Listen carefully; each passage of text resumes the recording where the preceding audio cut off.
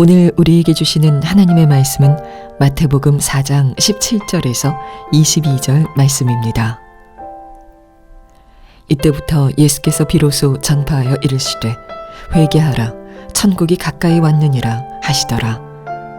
갈릴리 해변에 다니시다가 두 형제 곧 베드로라 하는 시몬과 그의 형제 안드레가 바다에 금을 던지는 것을 보시니 그들은 어부라. 말씀하시되 나를 따라오라.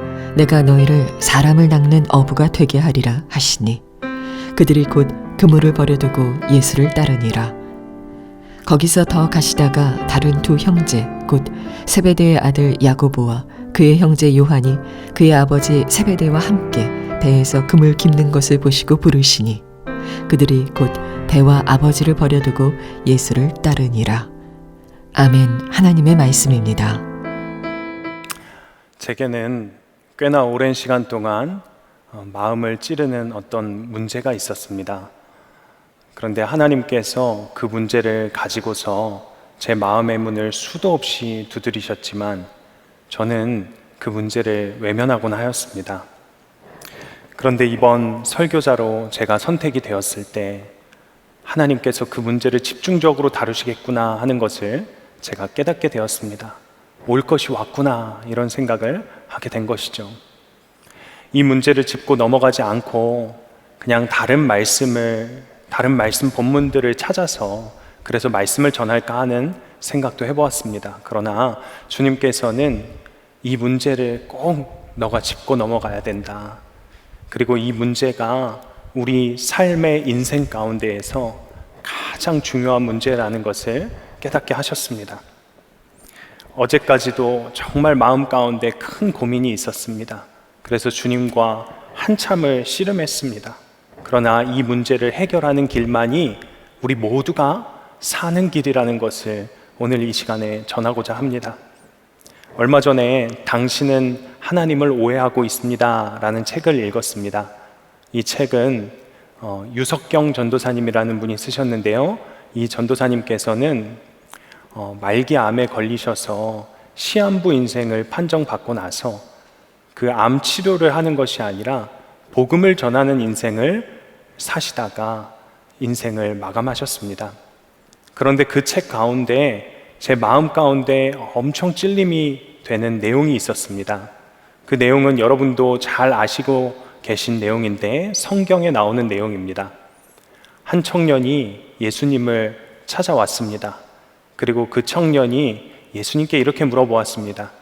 선생님, 영생을 얻으려면 어떻게 해야 합니까? 그러자 예수님께서는 대답하셨습니다. 내가 가지고 있는 것을 다 팔아서 가난한 자들에게 나누어 주고 나를 따르라. 그러자 그 청년이 재물이 너무 많기 때문에 고민을 하면서 돌아갔다는 것입니다.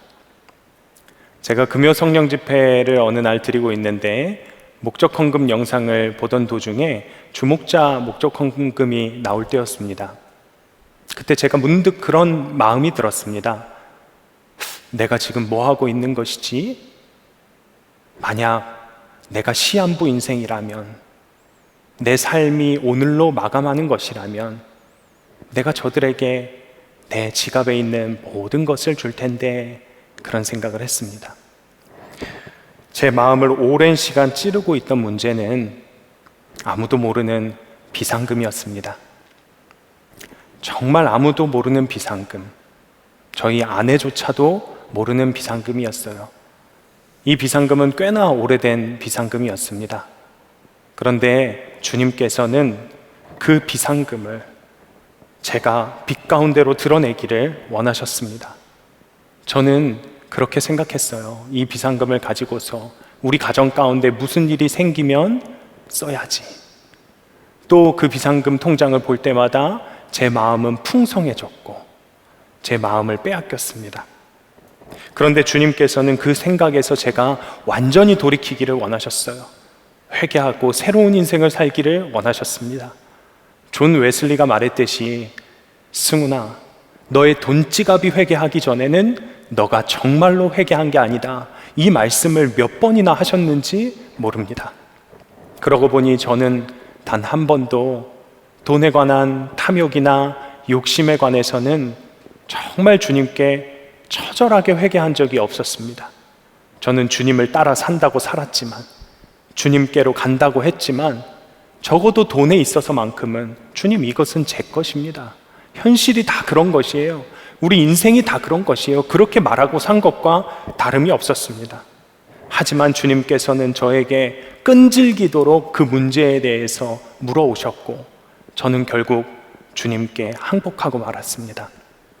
그리고 제 비상금을 있는 그대로 작은 금액이지만 우리 주목자들에게 헌금으로 드리게 되었습니다. 제가 이런 문제를 이야기하는 것이 참 부끄럽습니다. 그리고 제가 그 문제에 대해서 완벽해졌다는 것 아닙니다. 그러나 제가 회개하고 비상금을 주님께 드리기로 결정한 날, 저희 아내에게 다 오픈을 해놓고 함께 기도했습니다. 그리고 그때 주님께서는 저에게 이렇게 말씀하셨어요. 잘했다. 잘 돌이켰어. 참 잘했어. 그 음성을 들으면서 저는 자유함을 느꼈습니다. 그 뒤로 저는 돈에 관해서만큼은 새로운 삶을 살게 되었습니다. 사단은 그 돈을 통하여서 저를 풍성하게 만들지 못하고, 또 사단은 제게도 참소하지 못합니다. 오늘 예수님께서는 사역을 시작하시면서 회개하라, 천국이 가까이 왔다, 그렇게 말씀하셨습니다. 그런데 이 말씀은 예수님을 믿지 않는 사람들에게만 필요한 것이 아니라 예수님을 믿는 우리들에게도 너무나 필요한 말씀이고, 지금도 주님께서는 우리에게 마찬가지로 이 말씀을 하고 계십니다. 여러분, 우리 신앙생활에서 가장 중요한 것을 꼽자면 그것이 바로 회개이고, 가장 시급한 것도 회개입니다. 예수님께서 처음으로 사역을 시작하시면서 회개하라, 천국이 가까이 왔다 라고 말씀을 하신 것처럼 우리에게 회개 없는 신앙이 없고 회개 없는 믿음이 없습니다. 여러분들 모두 다들 예수님을 처음 만났을 때 기억하십니까? 예수님을 처음 만났을 때 어떠셨어요? 예수님 그분을 보게 되었을 때 내가 말할 수 없는 죄인이라는 것이 너무나도 느껴져서 울며 불며 예수님께 참회하고 애통하지 않았습니까? 그리고 그때 무엇이라고 기도했습니까? 저 예수님께 제 인생을 드릴게요. 저 예수님 한 분이면 충분합니다. 그렇게 하고 말씀하시지 않았습니까? 아마 모두 다들 그러셨을 거예요. 그런데 여러분, 지금도 이 예배 드리는 순간에도 여러분의 마음이 그러십니까? 여러분의 마음이 지금도 살아 역사하는 마음입니까? 정말 하나님만 보면 가슴이 떨리고 십자가만 보면 눈물이 흐릅니까? 그렇지 않다면 우리의 삶이 망가져 있는 것입니다. 그렇다면 우리의 삶이 왜 망가져 있는 것일까요? 그것은 바로 우리의 회개가 죽었기 때문입니다. 여러분, 회개는요, 하나님 나라의 입장권이 아니라 하나님 나라의 시민권입니다. 입장권처럼 한 번 쓰고 버려지는 것이 회개가 아니에요. 시민권처럼 항상 내 마음에 품고 있어서 언제 어디서든 그 회개하는 삶이 드러나는 것. 누군가가 당신이 하나님 나라의 백성인 증거를 보여주십시오 한다면 그 증거를 당장이라도 꺼내서 보여줄 수 있듯이 그 회개를 보여줄 수 있는 것이 바로 이 삶입니다. 그런데 혹시 지금 회개를 잃어버리신 분들이 계십니까? 회개와는 거리가 먼 삶을 살아가고 있는 것 같은 분들이 계십니까? 그렇다면 지금 너무 큰일 난 것입니다. 우리가 하나님 나라의 시민권을 잃어버린 것이에요. 우리는요, 본능적으로 죄를 향해서 달려나가는 관성이 있습니다. 그렇기 때문에 우리의 삶에 회개라는 하나님 나라의 시민권이 필요한 것입니다. 오늘 예수님께서 본문의 말씀 가운데 회개하라, 천국이 가까이 왔다 라는 말씀을 하시고 바로 사역을 시작하신 것이 아니라 제자들을 부르러 가셨습니다. 그런데 이 내용이 진정한 회개가 무엇인지에 대해서 분명히 보여주고 있습니다.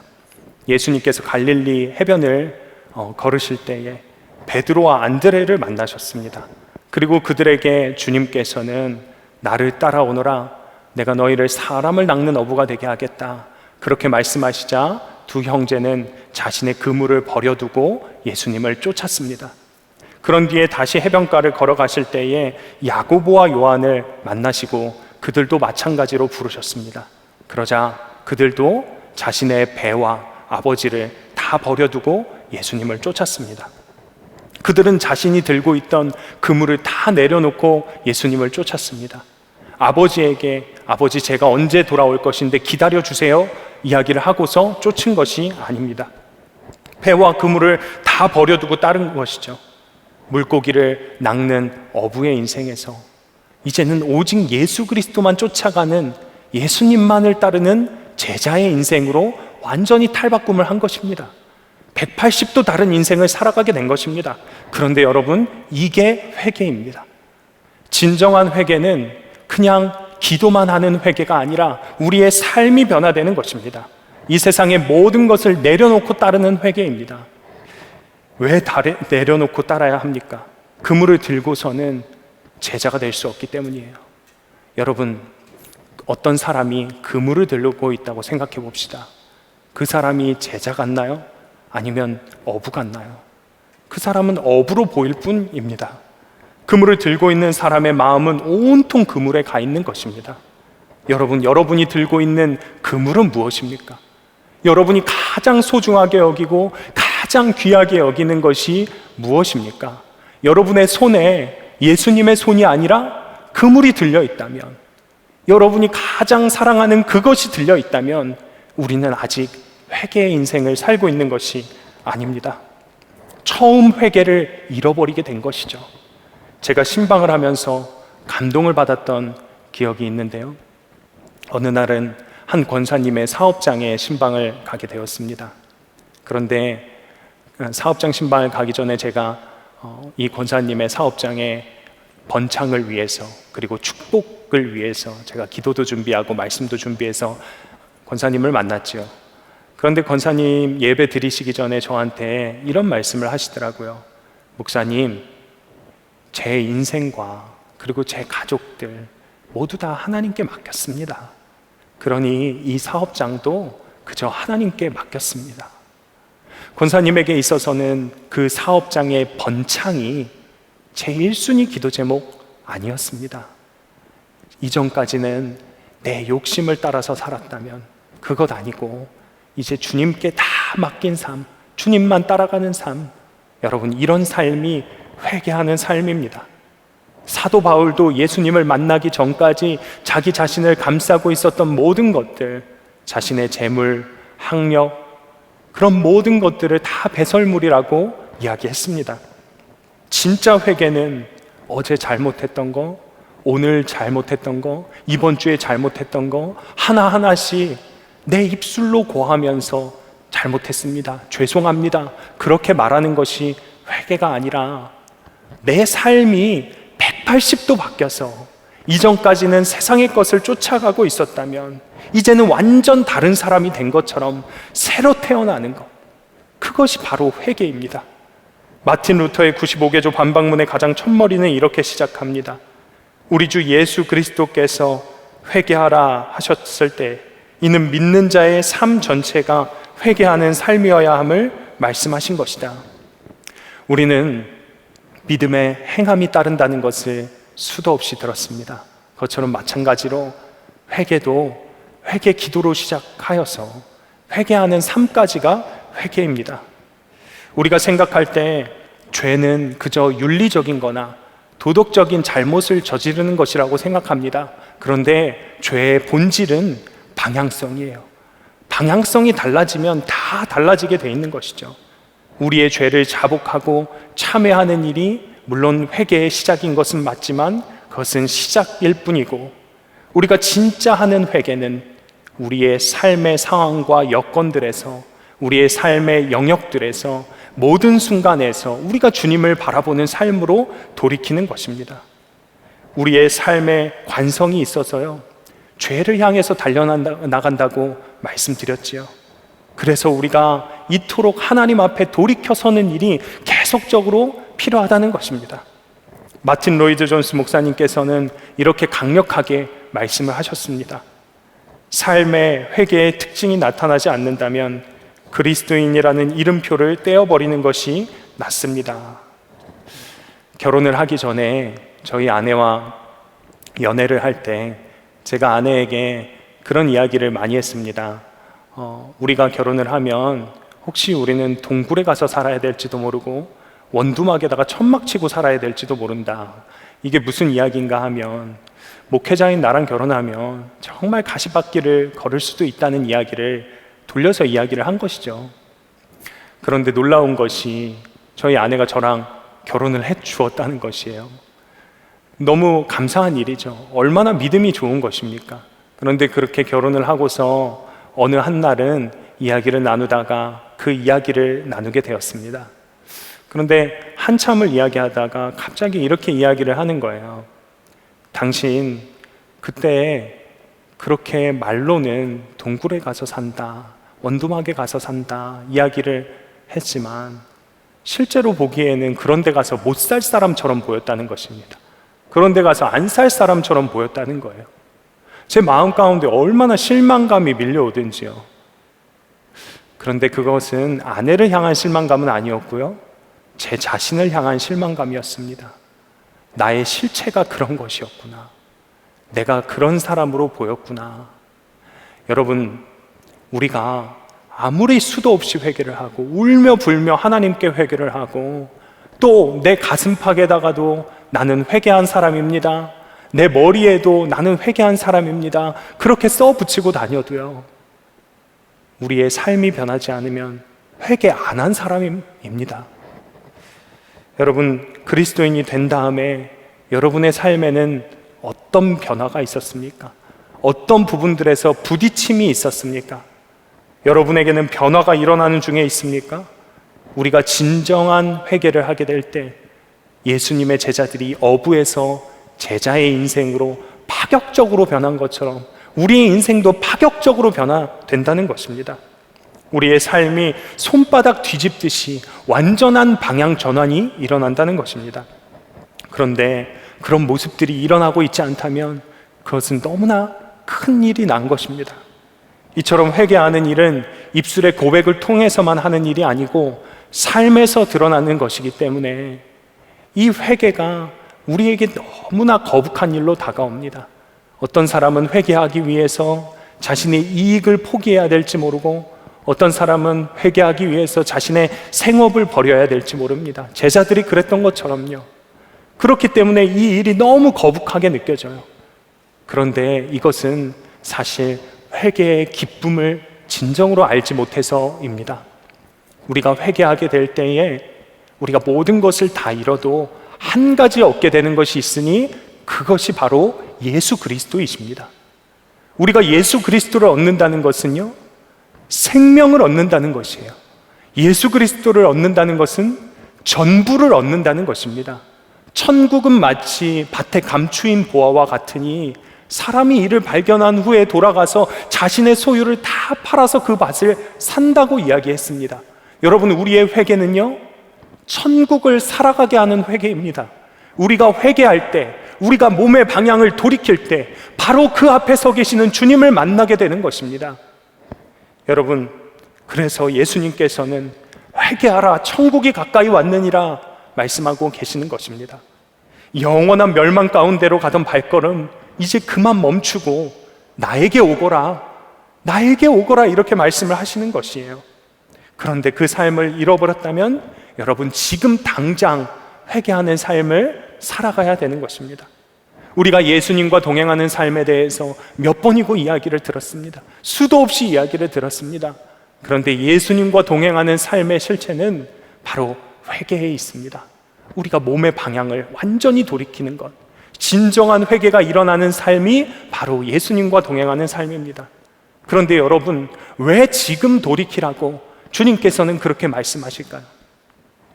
한 목사님 딸이 있었는데 어느 날 그 딸이 현관문을 나가면서 나 이제 간다 하고서 현관을 나가더래요.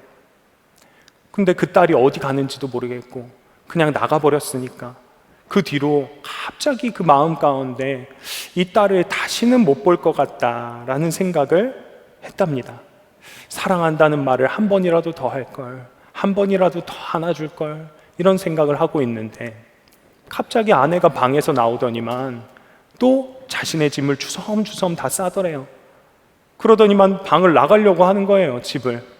그러니까 이 목사님께서 어디가? 이렇게 물어봤더니 아무런 대답 없이 그냥 나가서 엘리베이터를 타고서 내려가더랍니다. 그래서 너무 당황하는 마음에 깜짝 놀라서 꿈에서 깼답니다. 그런데 꿈에서 깨고 보니까 그 꿈의 일이 너무나도 생생한 것이에요. 그리고 나서 그런 생각을 했답니다. 아, 가족들과 이렇게 헤어질 때가 곧 오겠구나. 다 이렇게 떠나게 되겠구나. 그날을 준비하지 않으면 안 되는 일이구나. 여러분, 우리도 마찬가지입니다.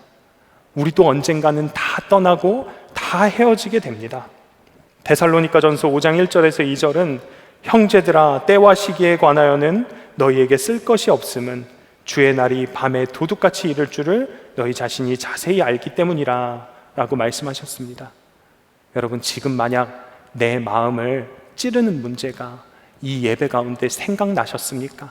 아주 작은 문제여도 내 마음을 찌르는 문제가 있으십니까? 그러면 그 문제를 그냥 덮어두시면 안 됩니다. 그 문제를 덮어두었다가 그 문제가 눈덩이처럼 불어나서 해결하기에 너무 어려운 문제가 되어 있을 수도 있고, 또 우리가 죽은 이후에 그 문제가 드러나게 되면 여러분, 그때는 어떡하실 겁니까? 그때는 우리가 돌이킬래야 돌이킬 수 없는 때가 왔다는 것입니다. 우리의 삶에 언제든지 돌이킬 기회가 있겠지. 우리의 믿음이 조금만 더 성숙하면 그때는 돌이킬 수 있겠지. 그런 생각을 가지고 살아가시면 안 됩니다. 지금 돌이켜야 하시는 거예요. 러시아에 반체제 혐의를 가지고서 잡힌 한 젊은 청년이 있었습니다. 그런데 그 청년이 반체제 혐의로 인해서 사형을 받게 되었는데요. 사형이 집행되던 날 마지막으로 5분의 시간을 그 청년에게 주었습니다. 그런데 이제 자신이 죽을 시간이 5분밖에 남지 않았다고 생각하니까 세상의 모든 것이 너무나 아름다워 보인다는 거예요. 그리고 내가 지금까지 왜 이렇게 살았나, 그런 생각이 들더랍니다. 눈물이 줄줄 흘렀습니다. 그리고 사형이 시작되어서 이제 죽음의 위기 가운데 있는데 갑자기 저쪽 끝에서 멈추시오 하는 말이 들리는 겁니다. 그 말을 듣고서 이렇게 돌이켜 보니까 황제가 그 반체제 혐의에 있는 사람들을 죽이지 말고 유배를 보내라 라고 명령을 전달했다는 겁니다. 그리고서 그 청년은 유배를 가게 되었는데 이 청년의 이름이 러시아의 대문호인 도스토옙스키입니다. 그 도스토옙스키는 그날의 일을 기점으로 해서 매일 매순간 나는 마지막 5분을 살고 있다라고 생각을 하면서 살아갔다고 했습니다. 여러분, 우리의 인생도 마찬가지입니다. 우리의 인생도 어느 때 언제 끝마쳐질지 모르는 것입니다. 죽음이 코앞에 오기 전까지 죽음에 대해서 단 한 번도 생각하지 않고 살아가셨던 분이 있습니까? 그렇다면 지금 이 순간에 죽음을 생각하시고 우리의 마지막 순간이 어느 때가 될지 모르기에 돌이켜야 하는 것입니다. 우리는 이렇게 기도해야 합니다. 시편 90편 12절 말씀입니다. 우리에게 날 계수함을 가르치사 지혜로운 마음을 얻게 하소서. 여러분, 우리가 죽음을 멀리 하다 보면요, 우리는 어느 날 기름을 준비하지 못한 5 처녀와 같이 주님 오시는 날을 맞이하기에 부끄러운 모습이 되게 됩니다. 저는 만약 이 예배가 마지막 예배라고 생각한다면, 내가 이 예배를 마지막으로 드리고 있다면 내 온 정성과 온 마음을 다해서 예배 드리지 않을 수가 없습니다. 여러분은 어떠십니까? 여러분이 앉아 계신 그 자리에서, 여러분의 상황 가운데에서 예배 드리실 때 지금 그렇게 예배 드리시다가 주님을 만나셔도 괜찮으시겠습니까? 정말 주님을 만나실 수 있겠습니까? 고린도전서 15장 19절은 이렇게 말했습니다. 만일 그리스도 안에서 우리가 바라는 것이 다만 이 세상의 삶뿐이면 모든 사람 가운데 우리가 더욱 불쌍한 자이리라. 세례 요한은 메뚜기와 석청을 먹는 삶을 살았습니다. 세상 사람들이 보기에 이 세례 요한의 삶이 참 비참한 삶이지요. 아무것도 아닌 삶이지요. 어떻게 그런 삶을 사나 생각이 드는 것입니다. 그런데 우리는 알고 있지 않습니까? 세례 요한이 그런 삶을 살았던 것은 그가 세상을 바라본 것이 아니라 하나님 나라를 바라보는 눈이 활짝 열려 있었기 때문에 그런 삶을 살아갈 수 있었던 것입니다. 아까 잠시 초반에 이야기했던 유석경 전도사님, 그 전도사님에게 수많은 사람들이 물어보았다고 했습니다. 하나님을 원망하시지는 않으시나요? 그때 이 유석경 전도사님이 이렇게 대답했습니다. 저는 단 한 번도 하나님을 원망한 적이 없었습니다. 제가 왜 암에 걸렸는지도 묻지 않았습니다. 저는 하나님을 이해하려고 하지 않았습니다. 저는 주님을 신뢰합니다. 여러분, 우리에게 날이 별로 남지 않았다는 것을 깨닫게 된다면 우리는 하나님을 이해해 보려고 하는 것이 아니라 하나님의 말씀에 따라서 순종할 수 있습니다. 회개하라 그렇게 외치시는 그 말씀에 순종할 수 있습니다. 왜 그렇게 살아야 하냐고 묻는 것이 아니라 믿음으로 기꺼이 그렇게 살겠다고 말할 수 있습니다. 우리가 육성으로 주님의 음성을 들을 수는 없지만 지금 주님께서는 너무나도 다급하게 회개하라 외치시고 계십니다. 왜 그렇게 다급하게 말씀하실까요? 우리를 정말 사랑하시기 때문입니다. 너무도 사랑하시니까요. 너무도 절절하게 외치시고 계시는 겁니다. 그만큼 우리에게 회개가 급박한 일이기 때문에 지금을 넘기지 말라고 말씀하시는 것입니다. 여러분, 여러분에게 아들과 딸이 있다고 생각을 해보세요. 그런데 그 아들과 딸이 불난 집에서 자고 있어요. 여러분, 어떻게 그 아들과 딸을 데리고 나오시겠어요?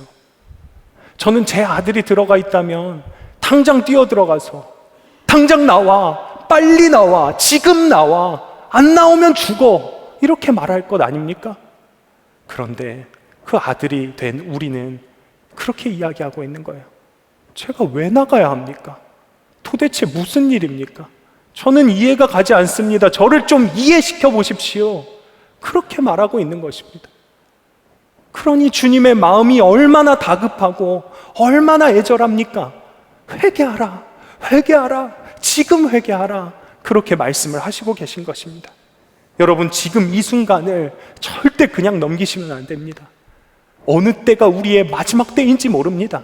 우리 모두가 시한부 인생입니다. 우리가 주님 앞에 갈 날이 언제인지 모르기에 우리가 정말 돌이키는 인생을 살아가야 된다는 것입니다. 여러분 모두가 이 예배를 그냥 넘기지 마시고 이 예배를 기점으로 새로운 인생을 살아가게 되시는 여러분 모두가 되시기를 축복합니다. 이 시간 우리가 함께 기도하도록 하겠습니다. 주님, 우리의 눈을 열어주시옵소서. 우리의 눈을 활짝 열어주셔서 주님을 바라볼 수 있게 하여 주시옵소서. 주님을 바라봄으로 내 자신이 말할 수 없는 죄인이라는 것이 분명해지게 하여 주시옵소서. 주님, 우리의 귀도 열어주시옵소서. 주님, 우리의 귀에 들리게 하여 주시옵소서. 주님께서 지금 회개해, 지금 당장이야, 빨리 그곳에서 나와, 그렇게 말씀하시는 주님의 음성이 들리게 하여 주시옵소서. 주님, 우리의 인생이 오늘이 마지막이라 생각하게 하여 주시옵소서. 회개에도 기회가 있음을 기억하게 하여 주시고 지금 당장 주님께로 돌이킨 인생을 살게 하여 주시옵소서. 이 기도 제목으로 기도하며 나아가도록 하겠습니다. 주여, 아버지 하나님 감사합니다. 주님, 우리가 돌이킬 날을 기대합니다. 주님, 이 시간 우리가 돌이킵니다. 우리가 돌이킵니다. 우리의 귀를 열어주소서. 우리의 눈을 열어주소서. 우리의 가슴을 반짝여 주소서. 우리의 귀를 반짝여 주소서. 주님을 신뢰하게 해주시고 주님을 만나게 해주시고 우리의 주님을 만나는 역사가 있게 하여 주시옵소서. 이 예배를 드리는 모든 이들 가운데, 이 말씀을 듣는 모든 이들 가운데 지금 돌이키는 역사, 지금 돌이키는 역사가 일어나게 하여 주옵소서. 우리의 삶이 정말 비참합니다. 주님,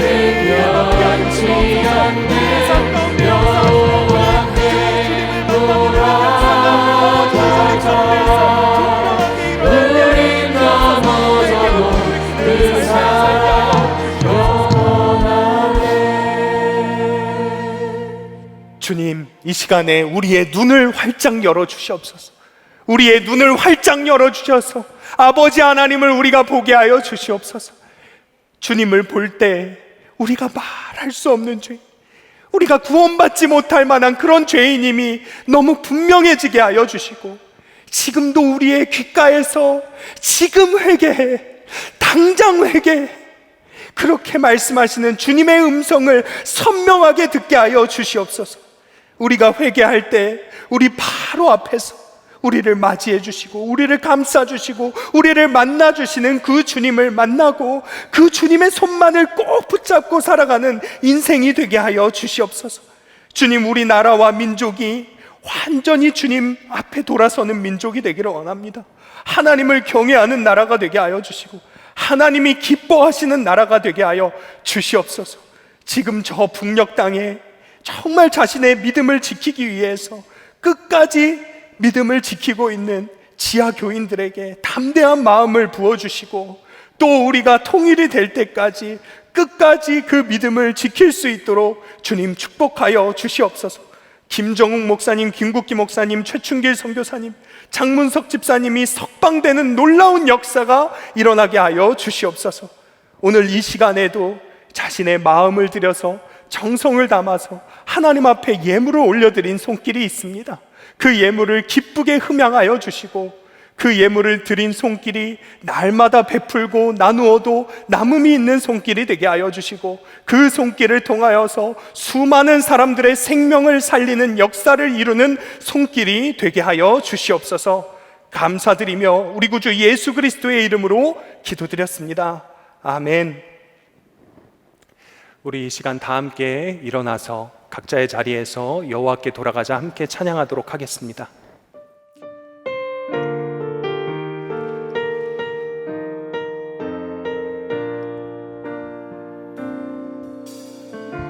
내 백성이 나를 떠나 돌아섰지만 내 사랑이 내 백성을 포기 못하니 내 모든 것 내어주고 나 그들을 얻으리라. 여호와께 돌아가자. 우린 돌아서도 그는 변치 않네. 여호와께 돌아가자. 우린 넘어져도 그 사랑 영원하네. 여호와께 돌아가자. 우린 돌아서도 그는 변치 않네. 여호와께 돌아가자. 우린 넘어져도 그 사랑 영원하네. 이제는 우리 구주 예수 그리스도의 크고 놀라우신 은혜와 하나님 아버지의 무한하신 사랑하심과 성령님의 교통감화 역사 인도하심이 이 자리 가운데에서 예수님께로 돌이키기를 원하는 모든 이들 위해 영원토록 함께 하시기를 축원하옵나이다. 아멘.